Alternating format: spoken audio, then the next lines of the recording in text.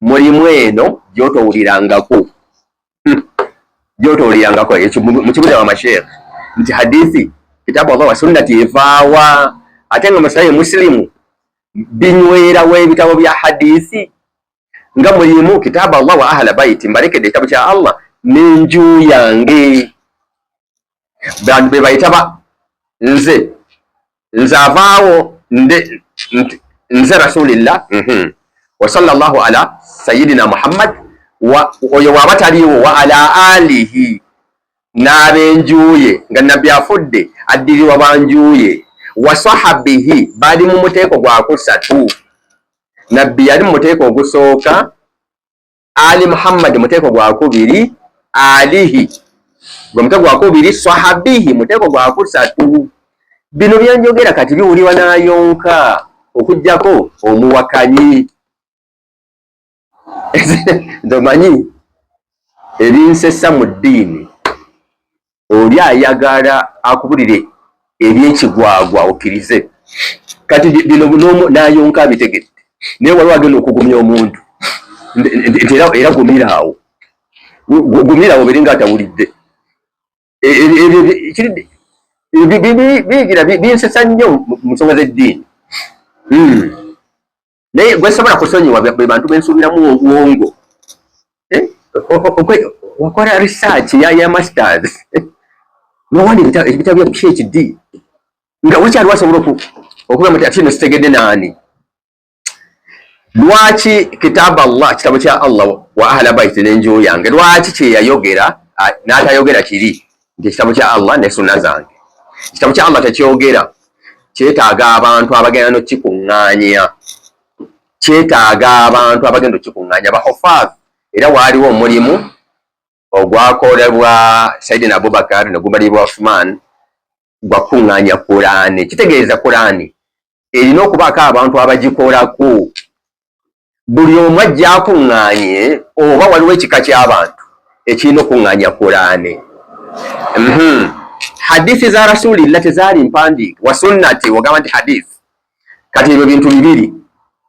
Qur'ani tesobola kwekolako yokka wa sunnati ne sunna zange bwe ziba nga nabbi yalesewo ebyo bibiri nazo zisobola kwekolako waliwo abalina ozikolako tewaliwo bantu nabbi bwe yalinamu bweyesige beyayogera tibe bagenda okukola ku Qur'ani eno bakole ne ku sunna ze tebaliiwo nabbi ogamba yali munafu nnyo obutategeera mitawaana gino gyonna egiyinza okugwawo n'olwekyo n'ataawulamu mu bantu n'agamba nti abaaye ekituufu n'okutulawo eggoye na biki mukijje ku gundi si mmwe mwampayo hadisi egamba nti nabbi agamba nti khudhu nisfa dinikum an hadhihi alhumaira nti abaaye nga olwategeka umma ekitundu ku ddiini yammwe mukijje ku kakimyula kano yagenda nasonga mu Aisha yagenda nasonye nakakendeeza ne sayizi okulaga nti kalungi mukwate ekitundu ky'eddiini yammwe yonna ku kakyala kano akalungi bwe kati ng'asonga nno mu muyizi sahaba oba wa myaka 13 nga bwe baŋŋamba 14 kitundu ky'eddiini kyonna kigenda kusomesebwa mukazi ate awo abakazi babeera ba wansi nga gye tutera okubateeka ndowooza nedda sijja genda yeeyo wawanvuko bwegubeera omusomo tuyinza okuva wano nga twekunkomola nti abakazi mu busiraamu twabamma Allah kye yabawa obusiraamu kye bwabawa in other words nabbi yalina obuvunaanyizibwa ng'era bwekugamba nti tolaba bwonsomera nti nabbi yagamba nti ekitundu ky'eddiini mukijje ku mukyalo ono ekitegeeza nti yalondobamu abantu naye ng'ate Aisha ye tali mu ba ahlul bait mu nju yali wa mu nnyumba so si wa nju ow'enju abeera n'omusaayi gw'olulyo olwo omukyala bw'ajja tabeera na musaayi gwa lulyo olwo abeera na gwa kitaawe kakati ennono ya wano be bayita ba ali enju ali Ibrahimu enju ya Burayimu era ennono zaayo era yatayiriranga abasigadde bonna mawanga gonna Katonda yagagamba ko kutayirira akabonero k'okutayirira kali kanju ya Burayimu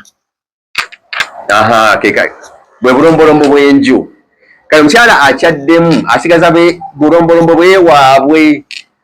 n'enseenene zaatalya n'ebisigadde kubanga kitaawe gwe yeddira talya nseenene so sirya nseenene kubanga bba wange talya nseenene oba wanseenene no ebintu byekiko ekyo ekitabo kya Allah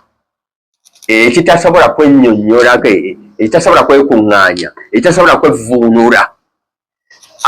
Nabbi Muhammad yalondobamu ekibinja ky'abantu si muntu omu kibinja bakiyita al Muhammad enju ya Muhammad n'agiteeka ne mu swalayo butahiyat Allahumma salli ala sayidina Muhammad ay Allah yitimusanga mukama waffe Nabbi Muhammad wa ala ali sayidina Muhammad n'ab'enju ya mukama waffe Nabbi Muhammad era abo babiri boyina mu swala oyinza okwebuuza oba tiweebuuzangako lwaki be bali mu swala bokka omushiya ye muntu nga musiraamu eyagoberera ekiraamo kya Nabbi Muhammad ku bantu b'enju ye be bayita ali sayidina Muhammad abantu b'ennyumba enju ya Nabbi Muhammad nga bwe yavaawo yasalirwa mu swala yalekawo ba ali Muhammad abasalirwa naye mu swala kale omushiya olw'okwetya ennyo olw'okwetya n'atayagala kunyooma abantu abasalirwa ne Nabbi Muhammad mu swala n'amanya n'ekyama lwaki abo ababiri be bali mu swala ndabanga n'omwana omuto yakava ku mabeere abitegeera oluzungu amati olina research ya masters tutegedde okwegayaalira kunene nnyo era embeekuula ekubwa obeera onoga bino byonna eby'amadiini nebisigadde buli muntu aiza obugayaavu notambulira okabuliriramula oba embeekuulo zemubeeramu oba ebinywi nti zino gurupu yange bimuula tugende bwe tutyo bwebyo bibeera era abantu abo balika raiti yaabwe n'embeera yaabwe eddiini ya Katonda esemesema Nabbi Muhammad Katonda ne bwabula abagoberezi abamwesinza I lose nothing Nabbi Muhammad bwagira bwati me I lose nothing ntuukirizaako ekyo amazima ge yayogera awo mutaasa n'ogagaana nenetambulira amazima ge yayogera gaagano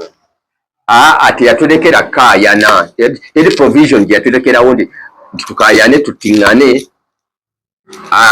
asse radiyallahu anhu Allah yamusiima nogwe basse radiyallahu anhu naye Allah yamusiima ewitawanyanya abayivu onasse radiyallahu anhu Allah yamusiima negwasse radiyallahu anhu naye Allah yamusiima kale ebyo bizibu nnyo okugatta okujjako mu madiini kuba mu ddiini mwemuli n'okukiza ebitategeerekeka eddiini yokka yerimu omuntu okukakibwa nakkiriza ekitategeerekeka eyo namugamba nti sheikh ndowooza ate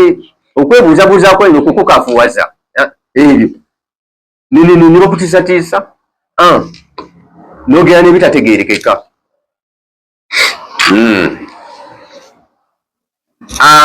nolwekyo basahaba ba rasulillah ono bagambye nti nno ebakkiriza basahaba bava mu basahaba kiririddawa nga kinoonyeza myaka 35 gye ngoberedde abashiya n'ensoma ndesigwa wali library ya mushiya nga terimu bitabo biwera nga mitwalo 2 naye ŋŋenda okugamba nti njinyose ng'ebyensonga ebiri mu 10 n'ebikumi mbisomye ebyensonga ebiri mu 10 n'ebikumi nga mbisomye Bino emizoogo oli gyonna gyonna gye mpulira bye bagamba bwe bagamba byonna mu literature waabwe tebiriiyo.